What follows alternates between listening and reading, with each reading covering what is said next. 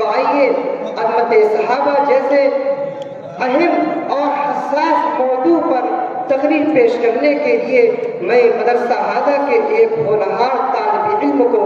دعوت اسٹیج دیتا ہوں اس شعر کے ساتھ کہ بعد ان کی محبت کے سفر صرف تھکن ہے،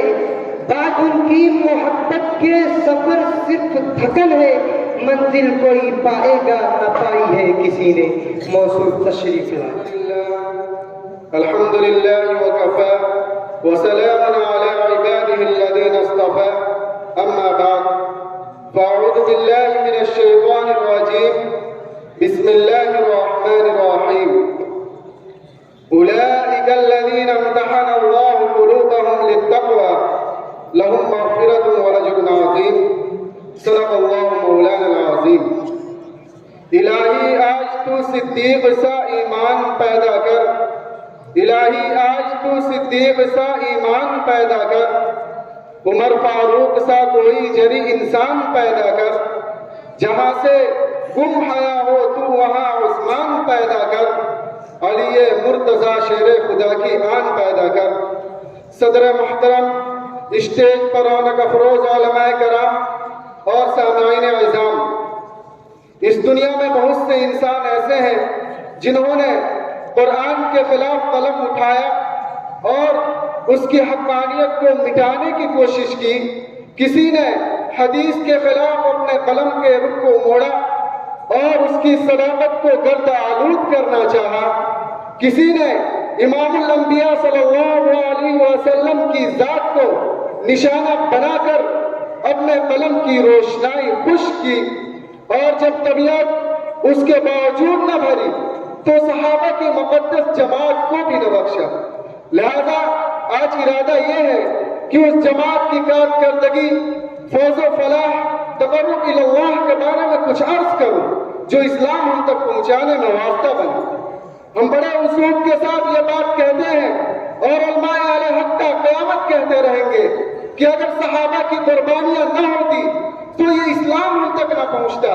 حدیث کی حقانیت ہم تک نہ پہنچتی، نبی کے اخلاق و آداب طور طریقے ہم تک نہ پہنچتے۔ لہذا اگر کوئی صحابہ کو فراموش کرتا ہے تو نبی کریم صلی اللہ علیہ وسلم کو فراموش کرتا ہے، اگر کوئی صحابہ میں کمی پیدا کرتا ہے تو بالواسطہ نبی صلی اللہ علیہ وسلم کی ذات میں کمی پیدا کرنے کے مترادف ہے، کیونکہ صحابہ کی جماعت ایک ایسی مقدس اور پاک جماعت ہے جس کی نظیر پوری تاریخ دنیا میں نہیں ملتی، کیونکہ انہوں نے براہ راست نبی صلی اللہ علیہ وسلم سے تربیت حاصل کی۔ اس لیے ہم کہہ سکتے ہیں صحابہ سراپا دیندار تھے، فنافی اللہ فنافی الرسول تھے، اخلاق و کردار کے سمندر تھے، مجاہد و غازی تھے، نبی کے دیوانے اور پروانے تھے۔ قرآن سے پوچھئے صحابہ کیا تھے؟ قرآن کہتا ہے اولئک هم المفلحون، اولئک هم الراشدون، اولئک هم المهتدون، اولئک هم الفائزون رضی اللہ عنہم ورضوا عنہ۔ کسی فرد بشر کو یہ حق نہیں ہوتا کہ وہ صحابیت کے مقام پر لبکشائی کرے،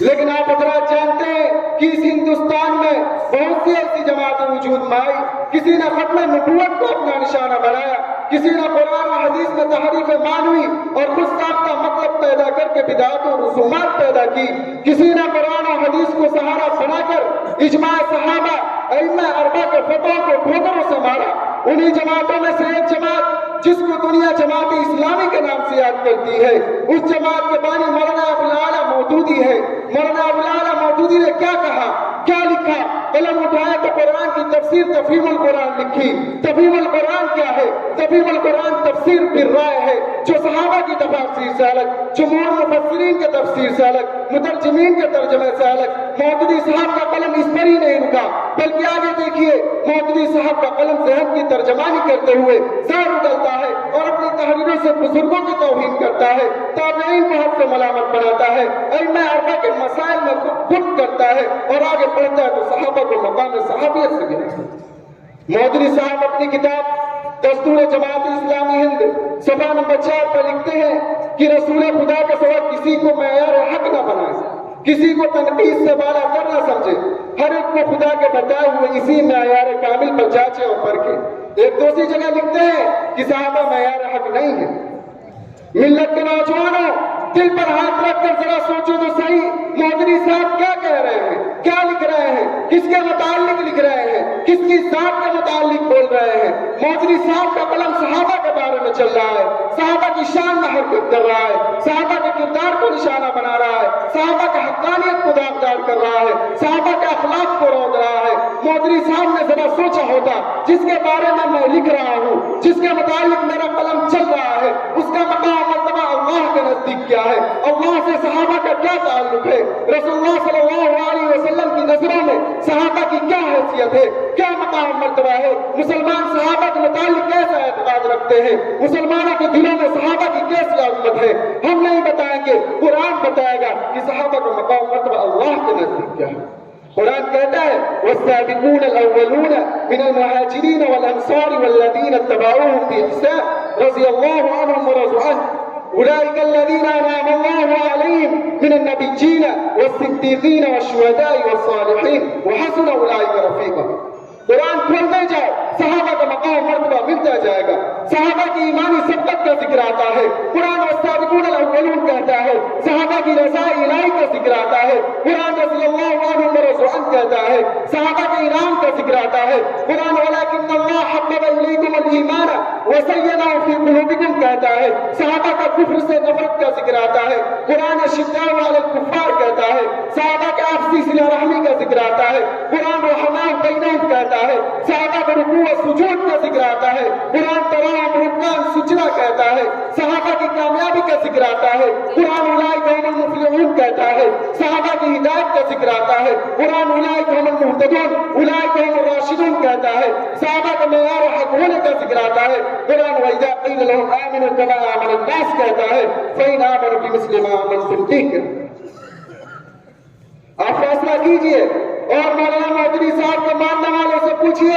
کہ مولانا مودودی صاحب کی تحریر میں صحابہ کی توہین ہے یا نہیں؟ اگر ہے اور یقیناً ہے تو پھر مولانا مودودی صاحب نے ایسا جرم کیوں کیا؟ کیا حق ہوتا ہے صحابہ کے متعلق کہنے کا، زبان کھولنے کا، قلم اٹھانے کا، صحابہ کرام کے مقام مرتبہ جانچنے کا اور پرکھنے کا؟ کیا 1400 سال بعد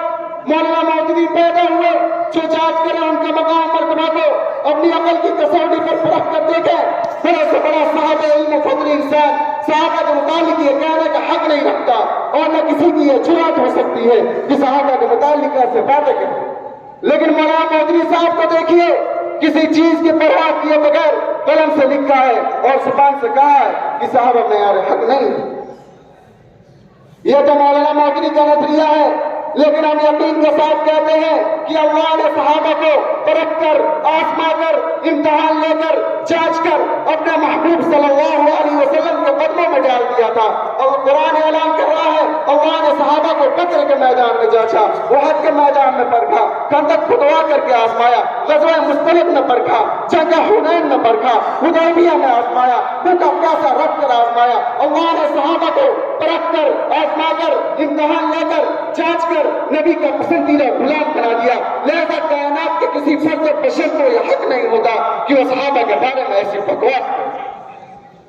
ہم پوچھتے ہیں جماعت اسلامی کے لوگوں سے کہ بتاؤ ذرا، صحابہ کے بعد تابعین کا زمانہ آیا، تابعین کے بعد تبع تابعین کا زمانہ آیا، امام ابو حنیفہ پیدا ہوئے، امام شافعی پیدا ہوئے، امام مالک پیدا ہوئے، امام احمد بن حنبل پیدا ہوئے، امام محمد پیدا ہوئے، امام ابو یوسف پیدا ہوئے، بڑے سے بڑے مفسرین پیدا ہوئے، بڑے سے بڑے فقہ پیدا ہوئے۔ کسی نے صحابہ کے متعلق ایسی باتیں کہی ہو، کسی نے صحابہ کے جانچنے اور پرکھنے کے لیے معیار قائم کیا ہو تو دکھاؤ، تاکہ ہم بھی دیکھیں کہ وہ کون سی کسوٹی ہے جس پر صحابہ کرام کے مقام مرتبہ کو جانچا اور پرکھا۔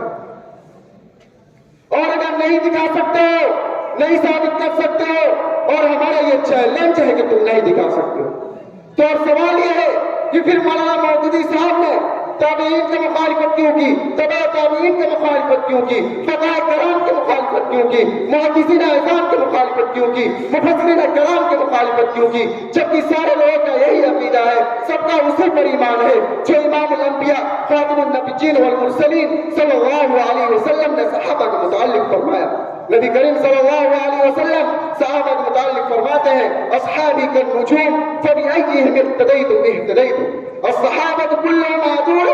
علیکم بسنتی وسنت خلفاء الراشدین المہدیین۔ یہ ہے صحابہ کا مقام مرتبہ۔